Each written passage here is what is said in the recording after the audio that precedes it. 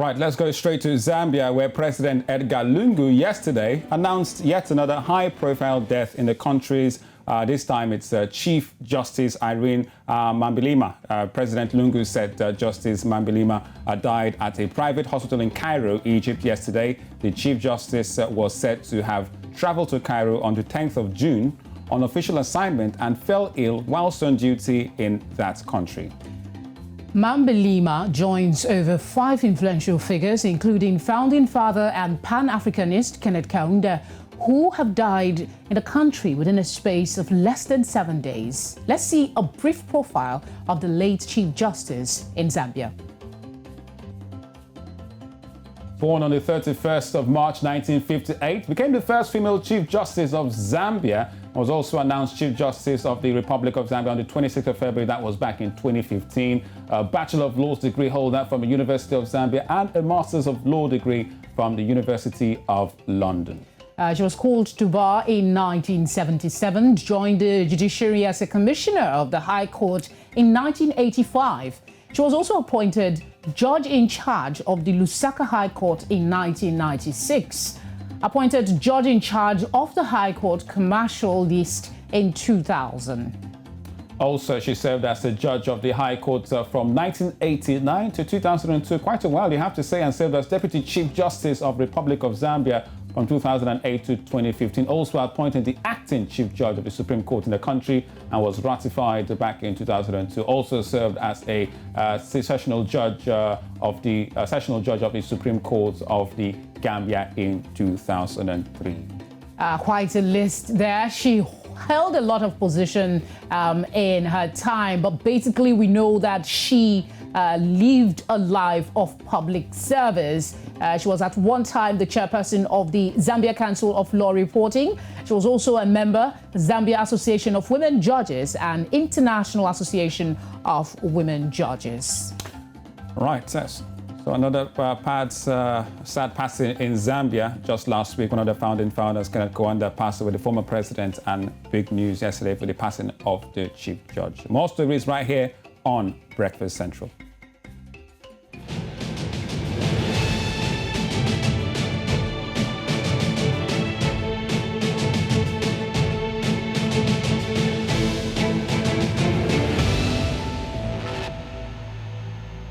Coming down to West Africa, Nigeria, the critical security situation in the country's northeast geopolitical zone has attracted the attention of the federal government at the weekend, and President Muhammadu Buhari met with his Chief of Staff, Professor Ibrahim Gambari, and the Minister of Labour of Employment, that's Senator Ngige, over the issue. Now, Gambari and Ngige, during the meeting, briefed the president on labour issues, including the recent strike embarked upon by the Judicial Staff Union of Nigeria, JUSN, and the Parliamentary Staff Association of Nigeria, that paralyzed legislative and judicial activities in the country for 2 months before the strikes were called off last week. We're now joined by NC Chief Researcher Abdulateef Ahmed. Welcome to The Breakfast. Thank you. Good morning. Good morning. Now, the president at some point was mute over some of the happenings in the country for a while. And now there seemed to be some action. What do you think prompted his recent moves? First, it was a visit to troops in Borno State, and now this meeting over the weekend. Yeah, it is a good thing that the president has gone to the northeast and returned. Essentially, a morale booster for our troops on the front lines. There's been an impressive onslaught against the insurgents lately, and his going adds a plus to the activities of the Nigerian troops in the northeast. However, what you have again is something you can tell easily that if in the last 6 years you have not seen the president respond to issues with the needed alacrity that it should be given, then what you are having now is merely, I would say, a response, a knee-jerk response to the bedlam of reactions across the country, because it seems like there's a disdirection in the way the polity is running, and therefore this reaction from the president is the much needed response that we should have gotten long ago. Well, Abdulateef, the meeting comes at a time the nation is clearly battling one of the most difficult times in its history with this insurgency issue, and terrorists, Boko Haram, and now you have ISWAP. Now, should anything positive, come out, be expected from these meetings and this latest move by the president? Because this is the chief of staff, Gambari, and the Minister of, Employment and Labour, Chris Ngige. So what do you think Nigerians will be thinking about? Okay, Ngige and Gambari, what should we expect as Nigerians? Okay, beyond the meetings they're holding, they've just finished holding, what Nigerians want is the food on the table. Meetings can go on and on without it reflecting in the fiscal and financial responsibility from the part of the government. Then the ordinary Nigerians will not really bother.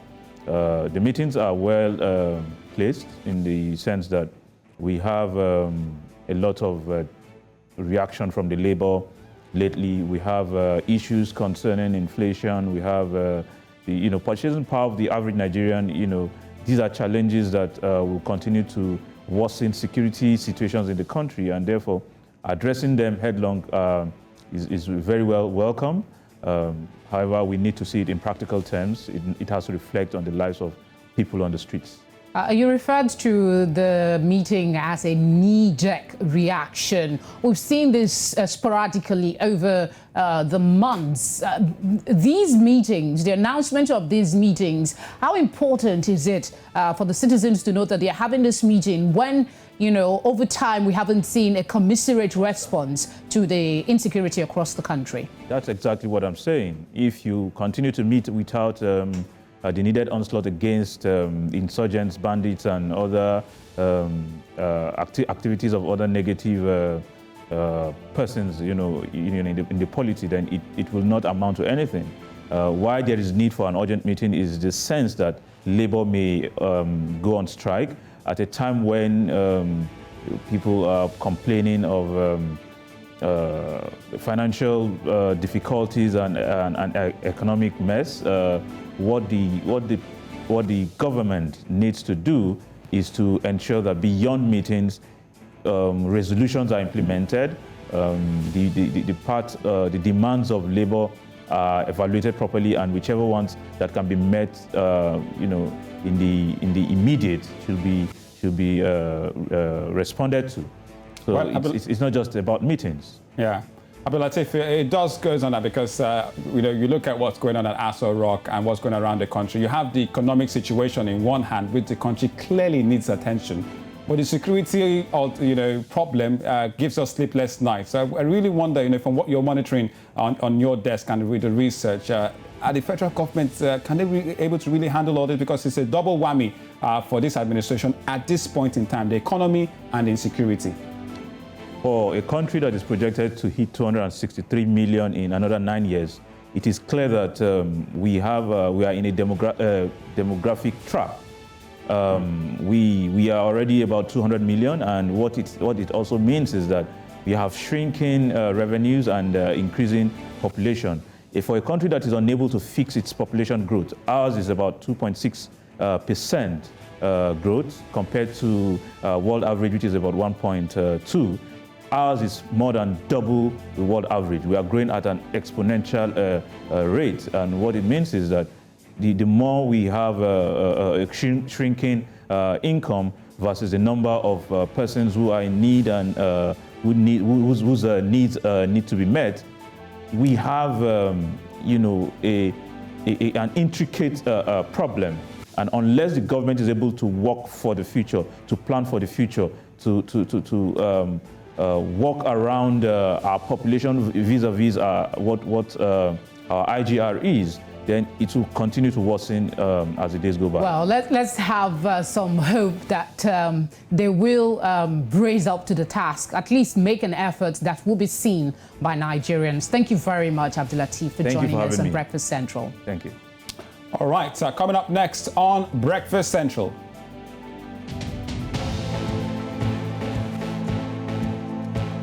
Well, COVID-19 updates from different parts across the African continent. And Tunisia's Ons Jabeur wins her first WTA title out there in Birmingham Classic. Disney unveils African animated films.